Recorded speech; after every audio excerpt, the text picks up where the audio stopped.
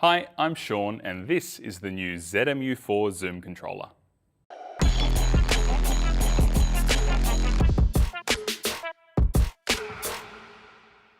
The ZMU-4 is the 4th generation Zoom controller from ARRI, now offering LBUS connectivity, camera control for both ARRI and third-party cameras, and a robust wireless connection. The priority when designing the ZMU-4 was really to offer an ergonomic and precise Zoom controller for use both on and off the camera. Custom curves and sensitivity adjustments will allow you to dial in exactly the kind of feel that you need from your Zoom controller. And those of you who are familiar with the ZMU-3 or other professional level Zoom controllers will be familiar with this type of joystick, which offers very precise control with minimal input. The second priority for the ZMU-4 was to really make sure that the experience was completely seamless when moving from a wired to a wireless configuration. And there are no compromises when choosing to operate in either of these modes. And part of that seamless ability with the wireless aspect was to include the same battery we introduced with the Hi5, which should offer you more than 15 hours of continuous operation in a single day. All right, let's go for a walk around. All right, let's start with the front. So up here you'll see we have a little display which will show your lens data values such as your focal length, and the 3 buttons on the side, well, they're the buttons you use to get into the menu, which is of course shown on this display. Here we have a little tally status LED, the record start stop button and the power button. Below that is the zoom joystick. Now this is centered inside the ZMU-4, so it's actually a symmetrical device and will work just as well if you're a lefty or a right-handed user. On the right-hand side, you'll see we have a radio module dock and a rosette. Well, the radio module dock has a little cover in it, which I can pull out now. Now, if you're using the ZMU-4 as a wired device, you should leave the cover in as it's part of the weather sealing. But if you want to go wireless, you obviously pull it out, and then you can use any one of the 3 radio modules that we have for the ARRI ECS system. So the RF EMIP is probably the most ubiquitous radio module, and it's the same type of radio module that's in a whole bunch of our cameras and inside the C-Force Mini RF and a WCU-4 or SXU-1, for example. The next radio module along is the RF2400, which is a longer range version of a module in the 2.4 gigahertz spectrum, but it can only do point-to-point. So you can only use this radio module between one client, such as a ZMU-4 with an operator, and one host, such as a RIA 1 on a camera. The third radio module is the upcoming RF900 module, which will be available just in the USA and Canada, and it's basically a very long-range module which works in that 900 megahertz band, which isn't available in other parts of the world, but it's a very cool module. It's really long range, and it also supports network mode. But I'm going to take the RF EMIP module for now, and you can see that it just slots in here, like so, and then that is now weather sealed again. The rosettes, well, there's a rosette on the right side of this unit and there's one on the left side of the unit. If you buy a ZMU-4, which is just the body only ZMU-4, then you will just have one on the left, but of course you can purchase a second if you like. And if you buy the ZMU-4 basic set, which includes the body, an RF EMIP module, both rosettes, one for each side, and 2 of the rosette adapter brackets, I'll get to in a second, that's kind of the way we would recommend you going. Now on the back of the unit, you can see here we have a USB-C port here, which you can use with a USB-C thumb drive for doing firmware updates, or an adapter to SD, for example, with an SD card and your firmware. And below that we have 5 buttons. So we have 3 user buttons, which can be set to ZMU-4 functions, such as zoom limits and marks, or they can be set to camera user button functions as well. And below that, we have 2 buttons which are dedicated to adjusting the speed or the maximum speed of the zoom motor. And they have little dimples in them so that you can find them when you're, of course, not looking at the back of the display while you're using it. So they're underneath the ZMU-4 with little tactile interfaces there. On top of the ZMU-4, we have a CAM connector and an LBUS connector. With the LBUS connector, you could just connect directly to a motor and then go from the motor to a power source like a V-Lock battery with a DTAP port, and then run this in a completely standalone system if you like. Or you can go into a daisy chain with a bunch of other motors and into an Alexa 35. If you want to use an Alexa Mini or Mini LF, for example, you will need to use the CAM port with an 7-pin CAM to EXT cable, which is exactly the same cable that we have for the C-Force Mini RF and the Ria 1.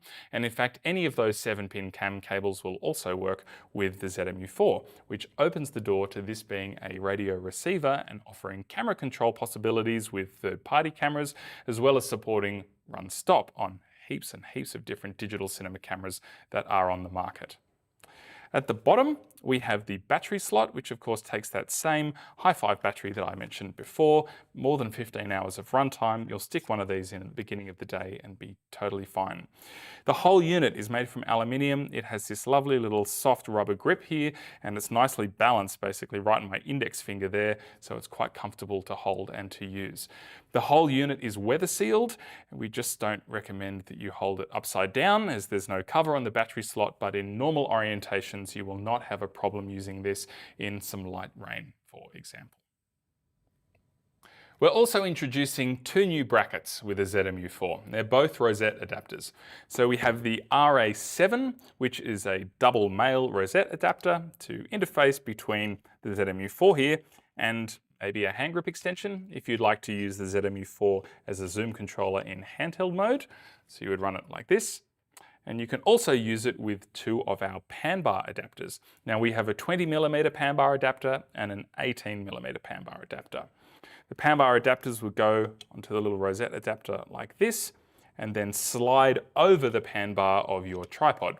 18mm is typically O'Connor and Sackler, and 20mm is Miller and a bunch of other brands as well. The RA8 adapter is the second adapter that we're introducing, and that's designed specifically for the OCU1, but really it will work with anything that would have a female 3/8" threaded hole on it. So it goes from rosette on one side to that 3/8" hole, and you need a tool for that. So this would go onto the side of the ZMU-4, and it's an ARRI multi-hex, which means you can use a 3, a 4, a 5mm or a 5/32 Allen key. All will work, it's pretty cool. And the same thing on the other side. So let's look at the OCU1 now.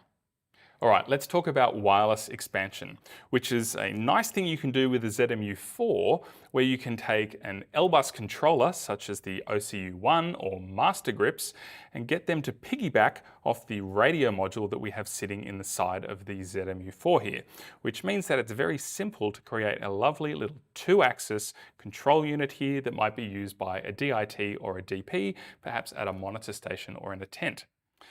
So all I have here is the RA8 bracket, which will connect the 3/8" threaded hole on the OCU1 into the rosette on the side of the ZMU-4. If you had Master Grips, well, they will screw directly into the rosette that's here. And then you just need an LBUS cable. So I have a 20cm right angle to right angle LBUS cable between the ZMU and the OCU, which is just a nice way to keep the cables out of the way. And then basically, you just have to set up the OCU1 to be controlling iris and turn off the iris control that might be on your Hi-5 if you have a focus puller operating in the same network. And the benefit of network mode is that all of the lens data will be shared between the devices. So I get my focal length display on the ZMU, I get my iris display on the OCU1, and then the focus puller still gets all of the depth of field indication, and they can see exactly what I'm changing over here. The other nice thing is that the user buttons that are on the OCU1 will also work in addition to the user buttons that are already on the ZMU-4. So there are a lot of custom functions that you can control from this single 2-axis hand unit. As I mentioned at the top, designing a high quality, precise and intuitive zoom controller was the priority for the ZMU-4. And the little joystick here is pretty simple. The harder you push, the faster the motor will move. But there are a number of ways to change the feel of the knob to suit your preference. For example, you can set it up so that you have a really fast crash zoom, or you might like to have something that's a bit more slower and smoother, which will of course help you tell a different kind of story. So I'm going to show you how to set that all up now. In the menu, you scroll down to Control, you'll get a bunch of different options that change the behavior of the joystick here. Now, if I go down to curve, this is probably going to make the biggest impact. There are 4 curves to choose from, and they will basically adjust how quickly the motor accelerates into the position that you've set the joystick into. So it's basically ramping into the speed that you have set and then ramping out. We have hyperbolic, logarithmic, parabolic, and linear. And hyperbolic is the default, and that will nicely ramp into and out of the speed changes that you're making with this joystick. And at the other end of the scale, linear will be a very twitchy, responsive type of zoom, which might be better for those crash zooms, where it's going to accelerate the motor speed as fast as possible to hit the type of speed that you're inputting with the joystick. So I'm going to leave that on hyperbolic. The other thing to bear in mind is that this sensitivity adjustment gives you 3 options from min, mid, and max. And that's kind of like setting a deadband on a joystick, where you have 3 different options for how far you have to press the joystick before it starts to move the lens motor. So maximum sensitivity will be really twitchy. As soon as you put light pressure onto the joystick, it will start moving the motor, and minimum will require a bigger input to start moving the lens motor itself. So I'm going to keep that on mid. The other couple of things you can change from this menu are the direction. So by default, pushing forwards will zoom the lens in. And you can also change the axis that the ZMU-4 controls. So it doesn't have to just be zoom. And if I go into here, you'll see that there are now 5 options. So focus, iris, and zoom can all be controlled by default with the ZMU-4. If you're using a CForce Mini RF, well, that supports a 4th auxiliary axis, which you might use for a remote polarizer, for example. And then at the bottom, we have a new option, and that's filter. So this is designed to work with the Cinefade license, which is upcoming for the Hi-5, and that would mean that you can use the ZMU-4 as a dedicated Cinefade or remote polar controller when you have that license on your Hi-5. So for things like car commercials, when you're in an ARM car, this can be really useful to hand off to someone to use as a remote polar controller, for example. And of course, you can still attach an OCU1 to make this a 2-axis device. The other thing to mention with zooming is that we do have those dedicated zoom speed buttons on the back, and they will change the maximum speed that the zoom motor will move at.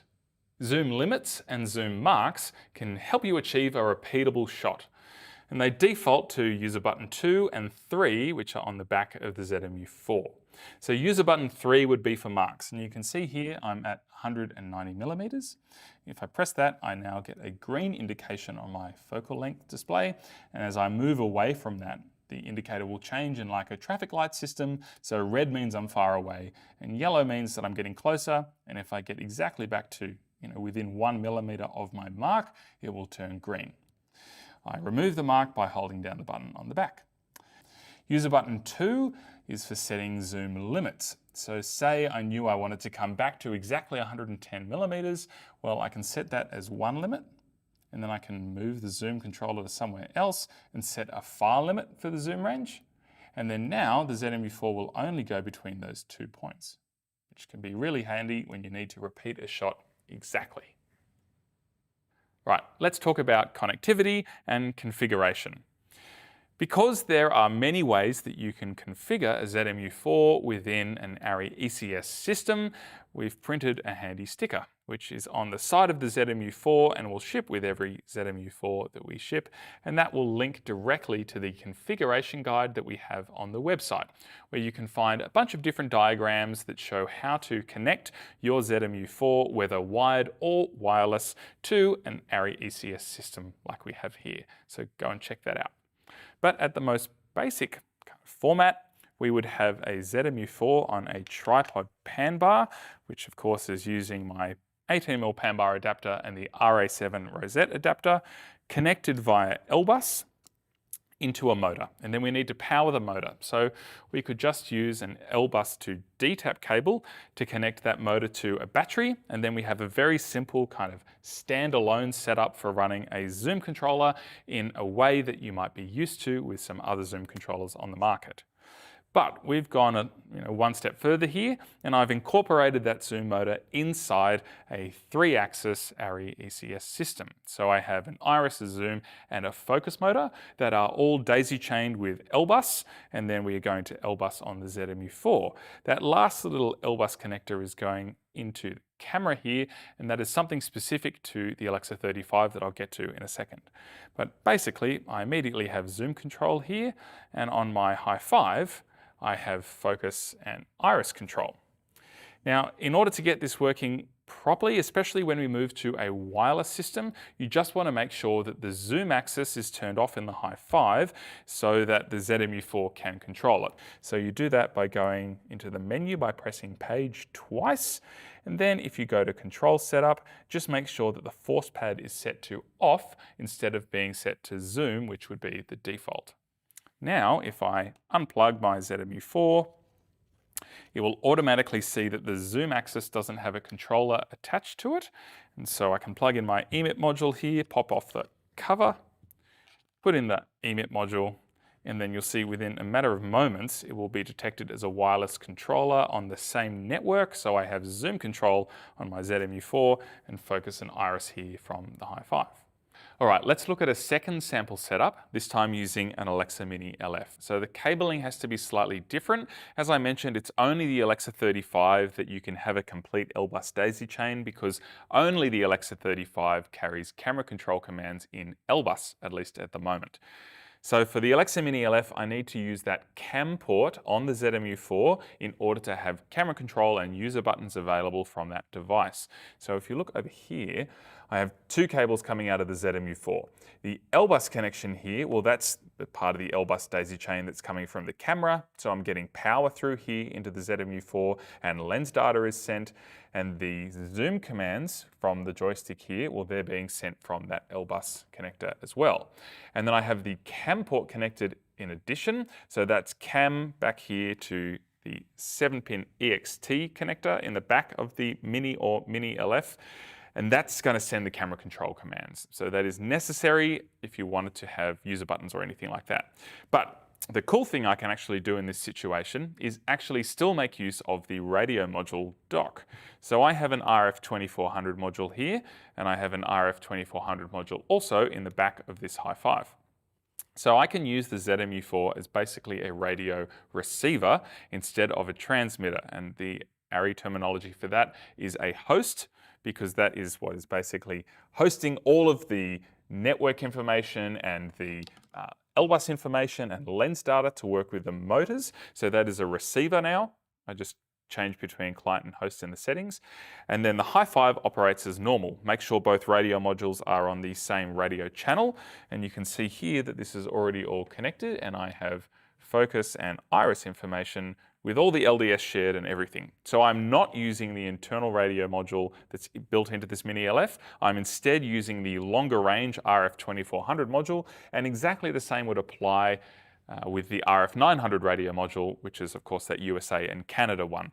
Now, in this situation, I could use a RIA 1 to do the same thing, but that would basically just mean me adding another box and not really getting any more features. The only difference is that you don't require an L-cube if you have a RIA 1 for the focus bug or UDM1, whereas I would need one in this situation because there's currently nowhere for me to plug in one of those distance measuring devices. So the RIA 1 is still very useful, but in some situations, it's nice to be able to choose between using the RIA 1 or the ZMU-4 to act as your radio module host and then extend the wireless range of your camera when you're on set. So, it's maybe not the most common kind of setup, but if it means I can take something else off the camera, particularly when I'm trying to keep the weight down for a handheld setup, I think that's only a good thing, and I'm excited to see what people do with different kind of setups and rigs. It's a very flexible system.